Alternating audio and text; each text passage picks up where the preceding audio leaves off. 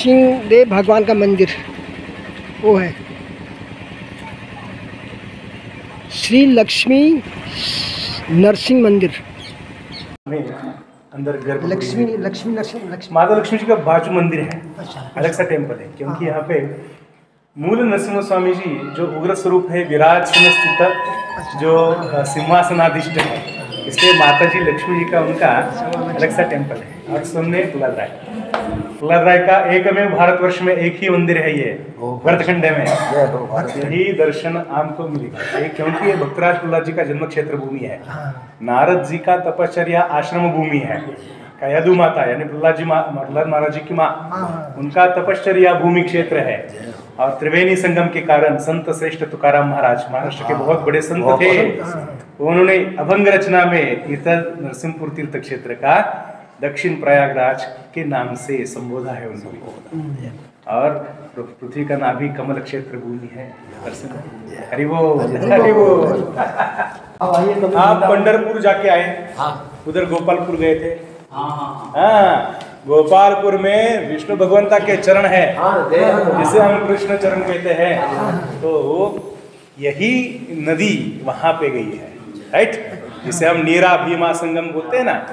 तो संत श्रेष्ठ तुकोबराय यानी तुकाराम महाराज जी, उन्होंने एक अभंग रचना किया जिसमें पंढरपुर क्षेत्र, गोपालपुर क्षेत्र और नरसिंहपुर तीर्थ क्षेत्र तीनों का विशेष वर्णन किया है भागवती संप्रदाय के अनुसार।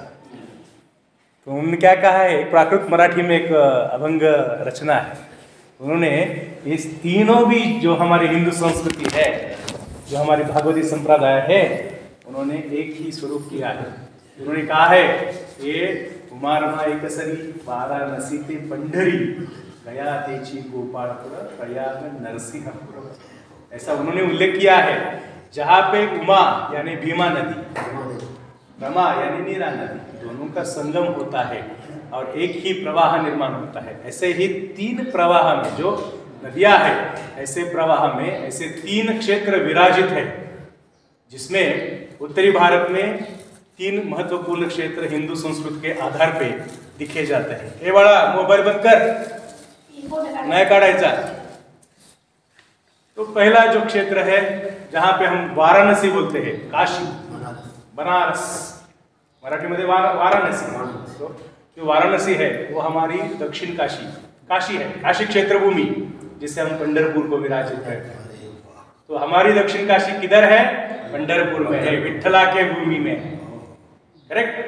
गया तेची गोपालपुर, गया जहाँ पे विष्णुपद है, वैसे ही हमारे यहाँ जहाँ पे अभी गए थे हम गोपालपुर, वहां पे कृष्ण भगवंता के चरण है। यही नदियां है नीरा और भीमा, यही संगम का पानी उधर जाता है। तो वहां है गोपालपुर, जिसे हम दक्षिण की गया संबोधते हैं, और प्रयाग नरसिंहपुर, यहाँ पे कुल मिला के 3 नदियों का संगम है। जैसे प्रयागराज में गंगा यमुना और सरस्वती जी का संगम है, वैसे ही हमारे यहाँ नीरा भीमा, बाजू महालक्ष्मी जी का मंदिर है। मंदिर के ऊपरी हिस्से में गोपुर में 2 पत्थरों के बीच में एक छोटा छिद्र है, तो उधर से पानी बहता है। पानी कहाँ से आता है पता नहीं चलता है, खाली नेत्र को लगाने के लिए रहता है, चींटी भी जा नहीं सकती उसी सी दरार से। तो वहां से पानी बहता है, इसलिए संत श्रेष्ठ तुकोबराय यानी तुकाराम महाराज जी ने इस क्षेत्र को दक्षिण प्रयागराज का संबोधा दिया है। ऐसा है। 12वीं सदी का एक टेम्पल है, यादवी राजा नागार्जुन कृष्णदेवराय, जो कृष्णदेवराय डायनेस्टी थी, यादव कुल, हम्पी कर्नाटका, और महाराष्ट्र में देवगिरी, जहाँ